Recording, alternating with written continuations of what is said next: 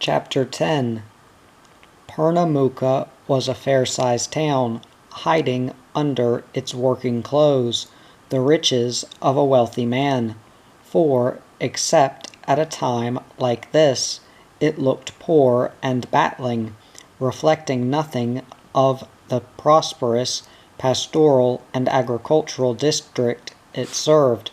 It was full of visitors, mostly in gabardine trousers and shadowy, wide-brimmed hats. The hotels were booked out, and Joe and Barbie were lucky to get accommodation in a boarding house in a side street. It was a hot day, with a light breeze blowing. People milled in the show ground. The Fairy Floss Candy Man had a clot of customers. Mobs nodded in front of the sideshow barkers. The refreshment room was full, the soft drink marquee threatened by a crush of uplifted hands holding money and voices yelling their needs from sugar melon to cherry cheer. A human wall surrounded the ring. There was noise and laughter, yells, a voice over a loudspeaker, squeals and wails. Joe had won his heat in the tree-felling contest. He was off somewhere celebrating with Funny Schumacher and some of the other boys. Barbie had been around the side shows on the lookout for the lovely brusher. She thought he might be there.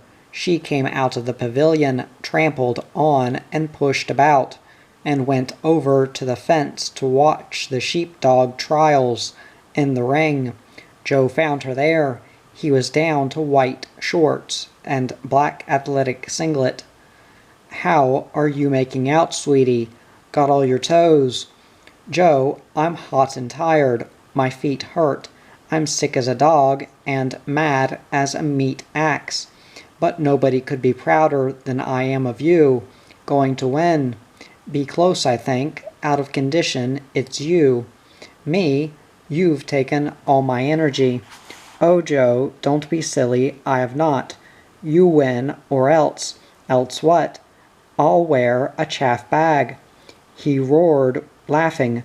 "Listen, Merrill, Funny's wife, you know she wants somebody to have afternoon tea with." "What about it?" "Chops on in 10 minutes. But you can do without seeing me disgraced. Come on." She had no time to reply. Close to her, just behind, a drawling voice hit her like an arrow between the shoulder blades. "Well, the sights you see when you're out with your gun." Her blood leapt. She spun around in a sweat of ice. The sight of him again, there before her, the real and not the visionary, wrenched her heart. She wanted to cry his name and embrace him and be embraced. Her self-control wavered. Words hovered on her open lips, stayed there soundless. There was nothing on his calm face, only the feathery smile at the corners of the mouth, and in his eyes a glow of pleasure and discovery. He put his hands on her arms. "I wanted to turn this bloody state upside down looking for you." "Hello, Fass," Barbie stammered. His eyes roved all over her, slowly and admiringly. "You're a picture." Joe scratched his head, not quite sure what it was all about. "Old friends meet again, eh?" he said, smiling pleasantly and rubbing his hands together to indicate it was a nice thing. "Where's your manners, Barbie?" Fascinatin' ignored him. His eyes were only for Barbie. She recovered her self-possession with Joe's remarks, gave a little apologetic smile and said, "Joe, this is Jack Kippelaw, and this is my husband Joe." "Glad to know you, Jack," Joe said brightly, offering his hand. He drew it back slowly, a shadow like a cloud coming over his features. Barbie stared at Fascinatin'. Trepidation seized her. There was no change in his stance. His eyes had merely swiveled slightly to take in the man she called her husband, but wrath and pain were on his face, as if a vial of acid had broken in his mouth. "Well, how's your greasy form?" he said. Joe put a hand on his arm. "Take it easy, mate," he warned. "You take it easy," Fascinating said, pulling his arm away. Barbie got between them. "Don't you dare touch him," she said between her teeth. Joe took her shoulders and tried to move her aside. She wouldn't budge. "Welsher, that's you," Fascinating said.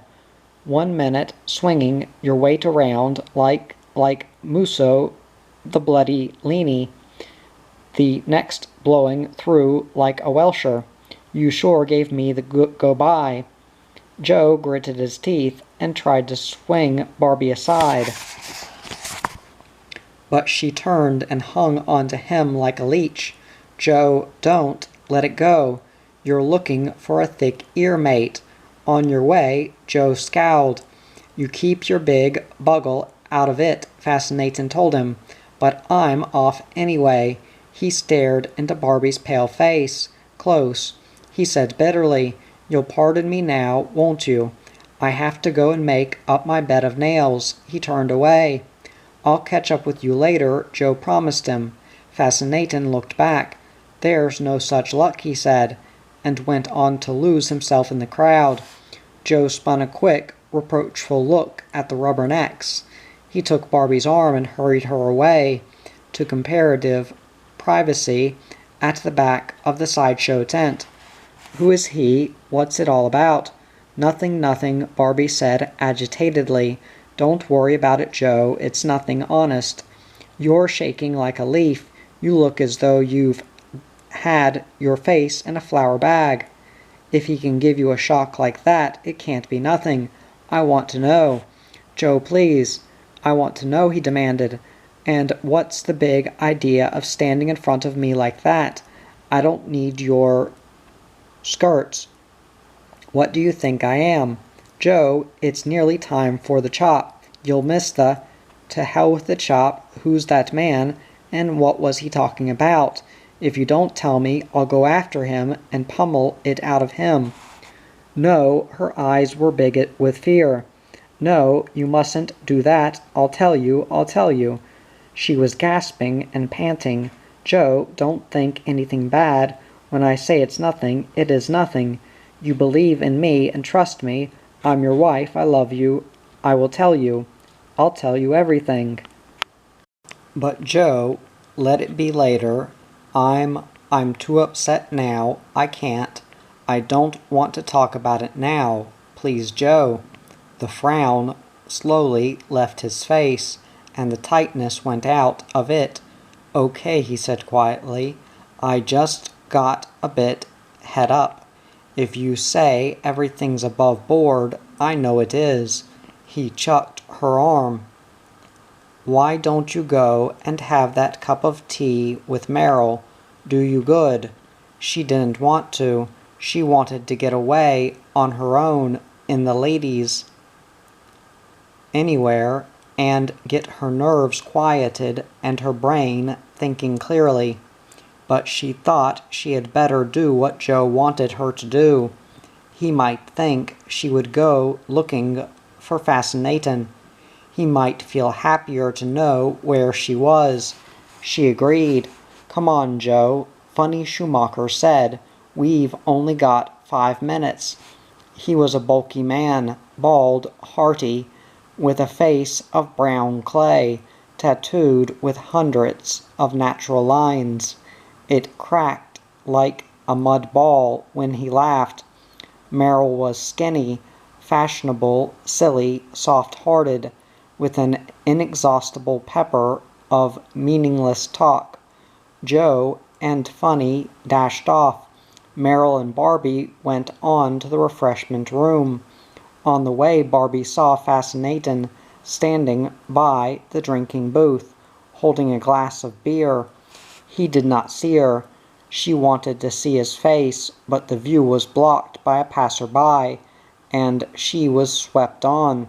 God, she thought, as she sat down, he's ropeable, and he just hates me, I could tell.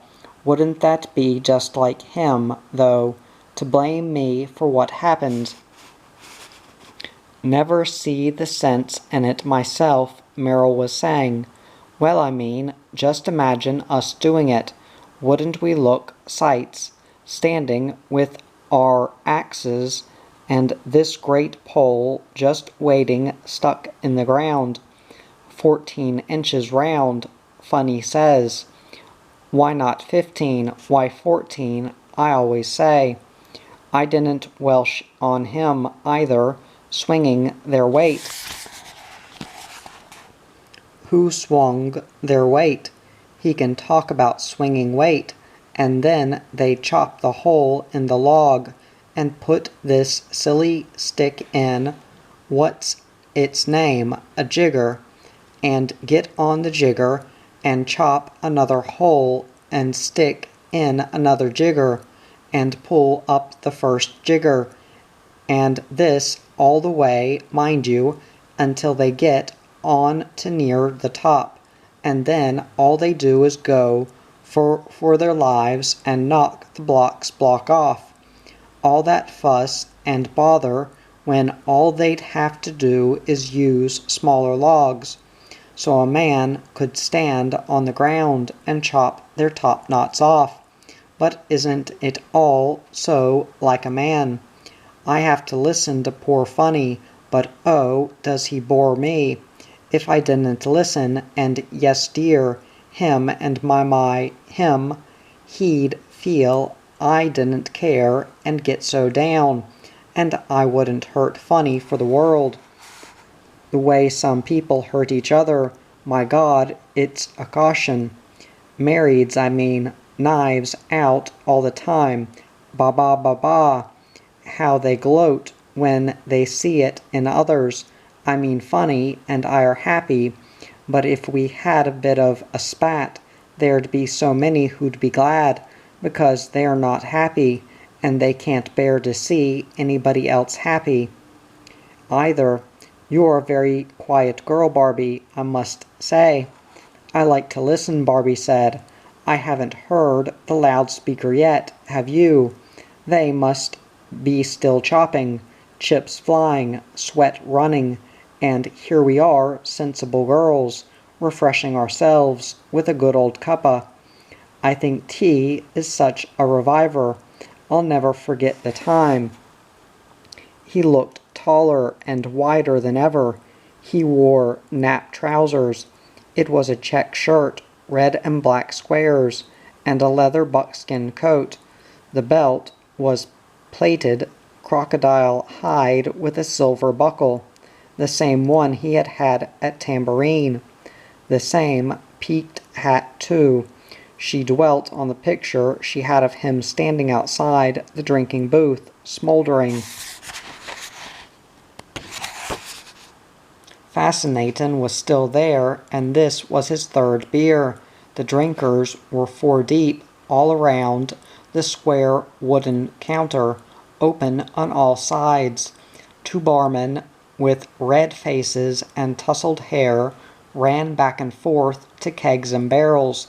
A chalky-faced man in a beret and a pink shirt with the sleeves cut out was reeling round and round the booth, badgering and soliciting. On his left tricep was the outline of a naked girl, tattooed in electric blue. She was in a standing position, looking back over her shoulder. When he rippled the muscle, a tremor would go through the posterior. He was thrusting the vision under eyes and noses and bleating, I will let you kiss her lovely arse for 2 and 6. He had some takers. Joe, fresh from victory, and Funny Schumacher, second prize winner, took their beers as they were passed back over the heads of the crowd. They toasted each other and half-drained the glasses. Joe saw Fascinatin'. He went up to him. Your luck's in, he said. Fascinatin' glanced casually at him. He said dryly, I've got no bone with you. I've got one with you, though. I didn't like what you said to my wife. I didn't like it either. What did you say it for then? It happens to be the truth. Mind what you say. Why don't you run off back to her and stop being a Boy Scout? I told you I've got no beef with you. You've got one with her. You've got one with me. She's a fine woman, and I won't hear a bloody thing said against her. I want to know what this is all about. From you. It's none of your business, mate. Get lost. Joe's eyes hardened. Funny Schumacher, sober-faced, tugged at his arm. Men looked. There's only one way to show you how much it's my business, Joe said. Come on, if that's the way you want it, Fascinatin said. I'm ahead of you. And the doctor said, Miss McKillop, that was my maiden name, Miss McKillop. He said, You're a model patient. If only they were all like you, our daily grind would be so much the pleasanter. And he gave me the appendix in a bottle all for myself. I could hardly believe I had a bit of my insides inside a bottle, out of the frying pan into the fire or something, if it's supposed to be there, and it's not. How do you do without it? That's what I want to know, I asked. Funny Schumacher came rushing up to the table. Come on, finish up, there's a fight on. Barbie, it's Joe and another bloke. Down the back of the showground. They were nearly there when I rushed back to get you. Come on, quick, they'll be stuck into it by now. Merrill didn't want to see a silly old fight, but Barbie was gone in a flash on the end of Funny's words. And Funny with her, Merrill, draining her cup, started after them. Barbie, terrified, came on a donut of men, swaying and breaking according to the movement of the fighters. In its center, she fought and scratched her way among them until she was in the front line, biting on her fist, suffering every blow in shocked horror and grief. In weight and height there was little difference between the two men, but a vast difference in skill and technique.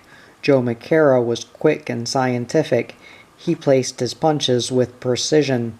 He threw them like lightning. They struck like concrete, but they seemed to bounce off rubber. His adversary was not so much slower and unhurried, not so much surer as more easeful. He didn't hit half as often, but when he did, the sound of impact was like the shut of a trap.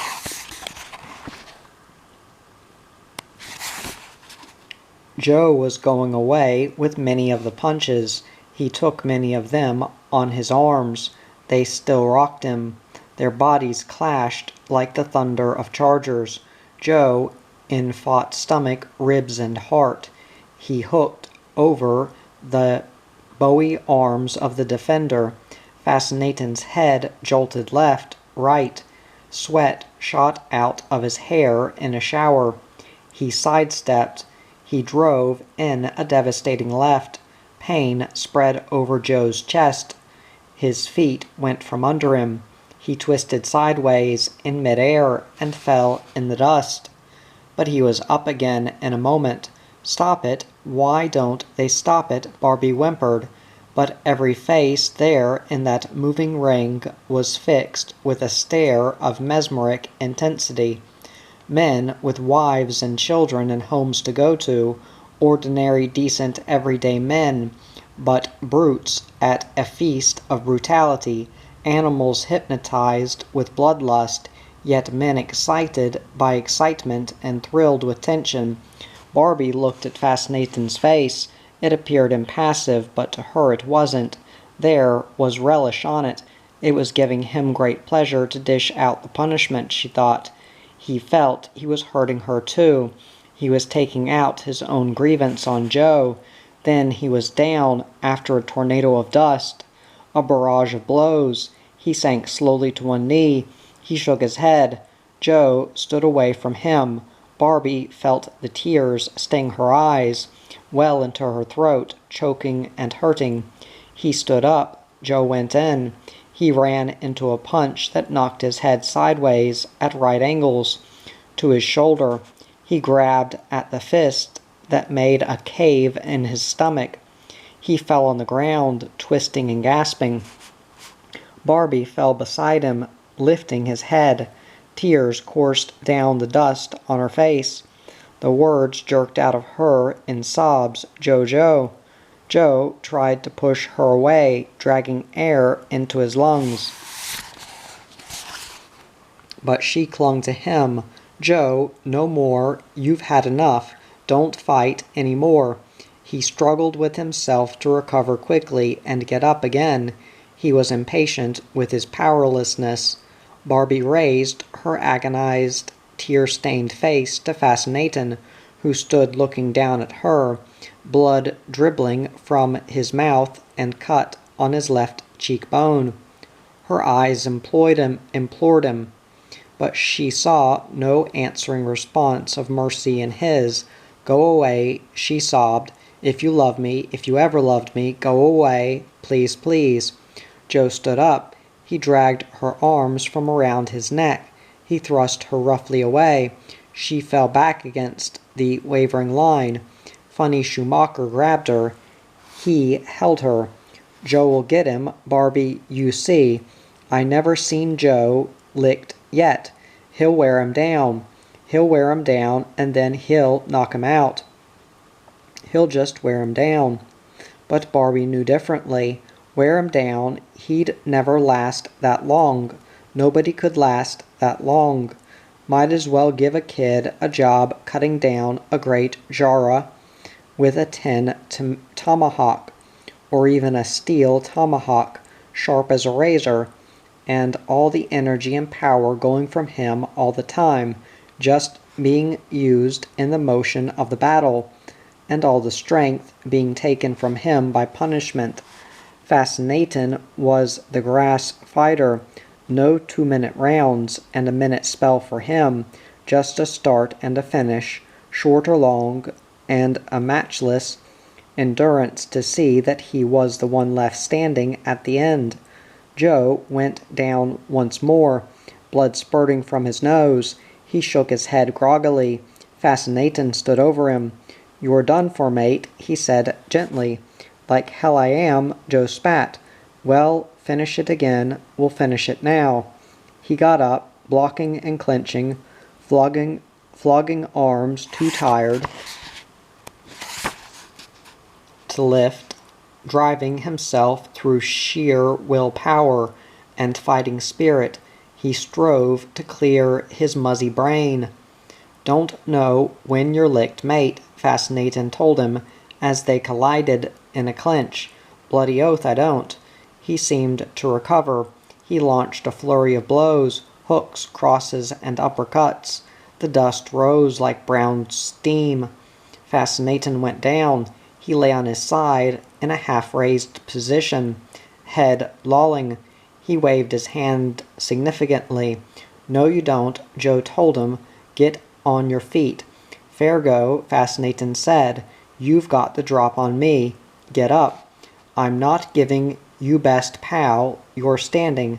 "I can't stand. I ask for a postponement." "Damn you," Joe swore. "Get on your feet." Fascinatin shook his head. Joe grabbed his shoulders, trying to heft him.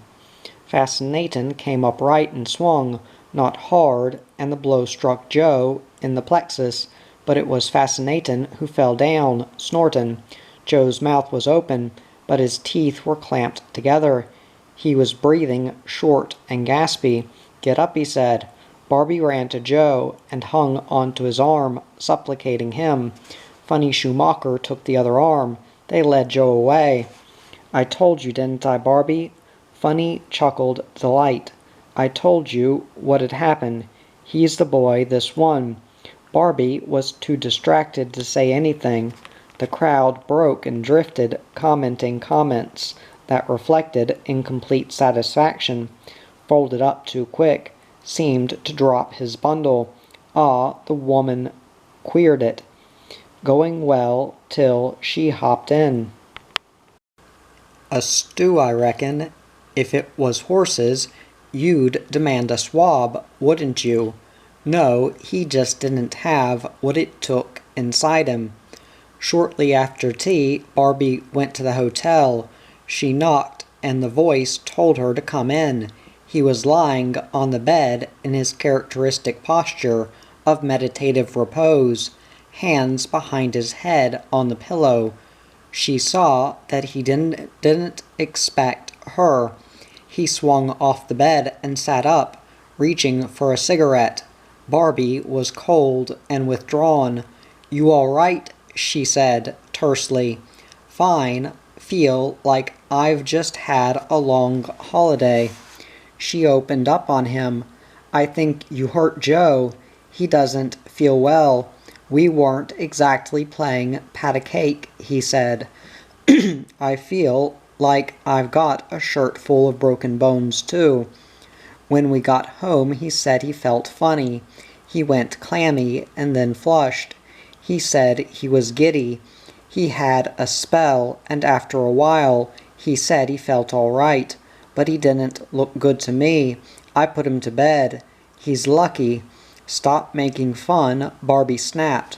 "I tell you, if you have hurt him, I'll make you pay." He looked at her steadily. "What if he's hurt me?" he said calmly. Barbie appeared to ignore the remark. "This fighting, what do you see in it? One day you'll get really hurt. A lot you'll care. I do care. I don't want to see you get killed, or kill somebody else and get slammed in jail. What are you doing here anyway, in Pernambuco?" He looked at her in mild surprise. He pulled a crumpled folder from his back pocket and tossed it to her. "Don't you read your program?" She read the program of events. He was there, billed as the human buckjumper, and he had ringed his name with a lead pencil. A star opposite the name indicated he was one of the star attractions. He had appeared that morning before she arrived at the show ground. He was to appear again tomorrow, the second and final day, in the afternoon. He said quietly, "And what are you doing here, Barbie? Not in Pernambuco, in this room?" Barbie said quickly, "Who's looking after you?" She wanted to know if he was here alone. His eyebrows lifted. "Me, who else?" "Why didn't you bring your wife?" She shot at him, conscious of the unsubtlety of the remark, and wishing immediately that she could withdraw it in favor of another more carefully put. "Only wife I ever looked like having was you," he said bluntly. She took off her beret and held it, turning it in her hands. She wanted him to be sorry, and she wanted to know what had happened. "You said some pretty dreadful things to me today. How can you say what you just said and line it up with what you told me I was today? What's it matter now? It can't be undone. I don't think you ever really loved me. I can't believe it. Must be something wrong with your nut then." She stopped fencing. "Then what about that other girl?" He looked at her levelly. He shook his head. "What made you fall for that, Barbie, for God's sake?" "Why believe every biddy that comes pitching tales about a man? Just as well everybody's not like you. Be a mess of a world, wouldn't it?" "You don't have to try and lie your way out of anything," she told him. "And don't take me for a simp." He went across to her. He looked down into her face. "Look," he said angrily, "you wouldn't have been much good to me anyway, the way you swallow things. We'd have been hitched a week, and somebody tells you I'm sleeping with some other piece down the road, and you would have upped and left, no checking on you. Old Tex Proctor in Tambourine, the greatest liar ever God put breath in, even he could get you in, any tick of the clock." "I'll smack your face," she said, "if you don't stop insulting me." He turned away, shrugging, half amused. "Every time we get together we fight like cats and dogs. Yet I'm damned if I know living without you has been a bloody misery." He faced her again. "You shouldn't have run away, Barbie. If you'd stayed, you would have seen how wrong you were." Barbie, suddenly stricken with doubt, studied his face for some sign of deception that would dispel that doubt and assure her attitude. All she saw was seriousness and sincerity. She felt a surge of misgiving. "How could I have been wrong? She told me everything. I saw the letter. She said a lot. I saw the ring. You were engaged to her. You were going to marry her in Tambourine. It was in your letter. You were going to send for her." "Hang on, I never said that." "No, she did," Barbie agreed. "Well, are you denying all that?" He shook his head. "No, it's right. It's right up to the time I came back to Walhalla from Yampi Sound. Dory Petrick wasn't in the same street with you and never could be. But I didn't know you then, or anybody like you before. I was sweet on her, sure. She looked okay to me, and I thought she'd do me fine. I was going to collect her at Walhalla, take her to Tambourine, and we'd get married." Barbie listened intently, wanting the truth, yet fearing it, and not sure whether it was the truth. "I came back from Yampi all right, back from the hills of iron. I worked like a nigger there. I hit Walhalla. And this is what Dory Petrick didn't tell you. I scrubbed her, wiped the engagement, finished with her for good. When I left Dory Petrick, she wasn't even a memory." "But why?" Barbie began. "For bloody good reason," he said grimly. "Two good reasons. One, she was in pod. Two, while I'm slogging away like an Alec at Yampi, she'd bedded down with a bullet headed by blow from the west somewhere, up Yapup, or some name like that. But she said you were the father. Christ, she'd say anything. Me the father, how? By pickle bottle wireless. I never touched her. Who was then? How would I know?" he said angrily. "Ask me something easy. I found out a lot about her, so much it made me think I was 3 with a back door in my pants again. I found out anybody could have a go at her for a bottle of booze and a packet of cigarettes. How could I have been such a mug? I still ask myself that." Barbie couldn't believe he hadn't been intimate with Dory Petrick, and she wanted to tell him that, but she didn't know how to put it without being bluntly offensive. "What about the P.S.?" she reminded him. He caught her meaning instantly. He stood up. "A joke, Barbie. You know me. Just a joke. And not so much a joke either. She was the one I was going to marry, wasn't she? I know what you thought, though. You thought it meant I'd been with her before." He took her wrists, meeting her eyes unflinchingly. Barbie, I swear it, on anything you want to name. I never touched Dory Petrick. Barbie averted her eyes. She couldn't be convinced, knowing himself and knowing how she knew him. The denial sounded lame even to his own ears, but since he knew it to be the truth, and she wouldn't accept it, he was maddened by frustration. And what if I had slept with her, he said. She wouldn't have been the first. It wouldn't have made me the father of that kid. That was well on the way. And get this straight, too. The reason I didn't touch her was not because I didn't want to, no more than it was with her. In the 2 weeks I was there, I didn't get the chance. That's all. And don't get the bloody idea in your head that I jump everything in skirts that comes along. I've got some taste, but never mind that. Get back to this.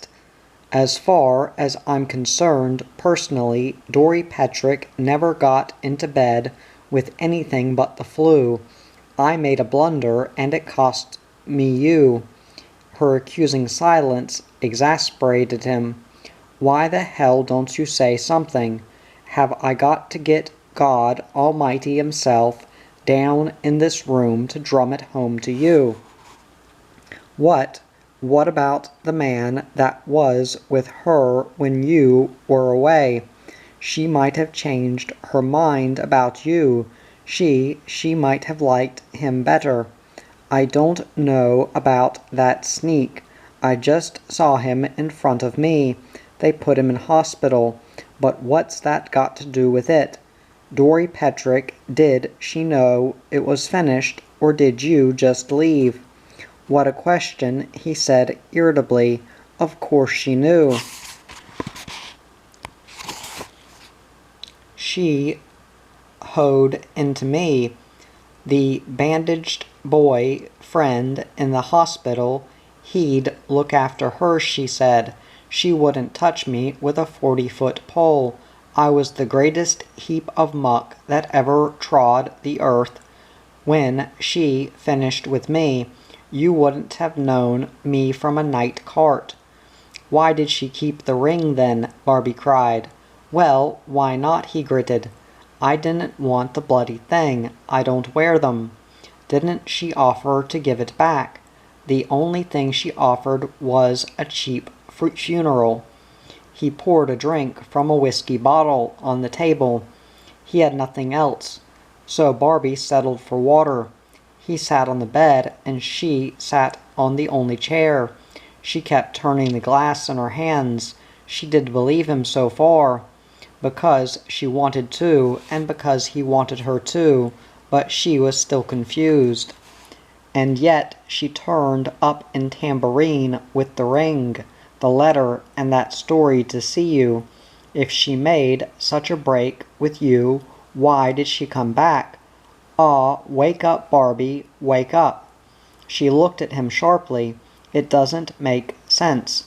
What would have happened if you'd been there when she saw you? Why didn't you wait and see? He said in a low voice. Barbie blushed guiltily. Her doubts were passing into the conviction that she had made a foolish and impetuous move that could have and should have been avoided. She was beginning to feel a sense of self-reproach for an act not only stupid but faithless and unprincipled. Look, Barbie, don't you understand? Dory's boyfriend had blown through. She's in a spot. Nobody wants to take her on with a Joey in the pouch. She comes to Tambourine to make it up with me. She thinks she can do that. Anything's worth a try. She hears of you and bangs the lid down. You come in like a fish and hightail it out of town, leaving me to face the music. Don't you say that, exclaimed Barbie. There was just nothing left to wait for. That's why I went. And anyway, you composed the music. It was up to you to face it. as stinking a tune and all as it was. She didn't mean to say that. The words came helplessly. She said more gently, but she was so plausible. She was so sure. She even suggested I stay and ask you when you came home. A pity you didn't.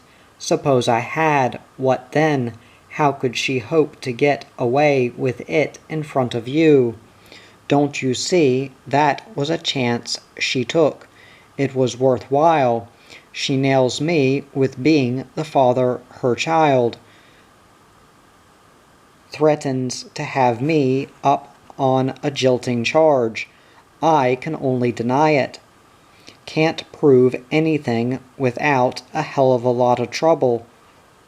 Her word against mine. Who are you going to believe? Which one of us is a magistrate? Anybody going to believe? It's not done to brush you off. You're nobody to her. It's what she thinks she can hold over me. For all she knows, I'll come in good and easy. He paused. She didn't know me, Barbie, but I thought you did. He poured himself another whiskey. When I get back, that dope Edna spilt her guts. She's dead keen on you, that kid, which is about the only good thing I can say for her. Well, I could have swung a hatchet and never stopped. That's how I felt. Dory laid it on the line, but that didn't matter a cuss. Only thing that mattered to me was you. Do you believe that? His face looked hard in the light, with its broken nose and the tangled eyelashes flickering in shadow on his cheeks. Barbie nodded, seized with pity and self-recrimination. She twisted and balled the handkerchief in her hands. Dory, she said hesitantly. Didn't she do anything? I got old Rosie's car, he said quietly. I took her out in the bush, and I took a rifle with me. I didn't muck about. Barbie's eyes were wide with horror. He saw the look. No, nothing like that. Who'd swing for her? I said nothing all the way. I pulled up in the scrub a mile from Kitchener Siding. She was shot to pieces then with fright. I didn't waste any time. I told her what I thought of her and what she'd done to me. I took the rifle and cocked it. There's two things to do with you, I told her. Put a bullet in you or buy a ticket anywhere to hell out of here. What'll it be? You never saw anybody with the wind up like her. No wonder. I had the ticket already and I gave it to her. Melbourne. There's only one condition, I told her. You make trouble for me, cross my path again, and so help me God, you won't have any second choice. There'll be a train at the siding in an hour, I said, so you're on it, okay? Out. She practically flew down the road.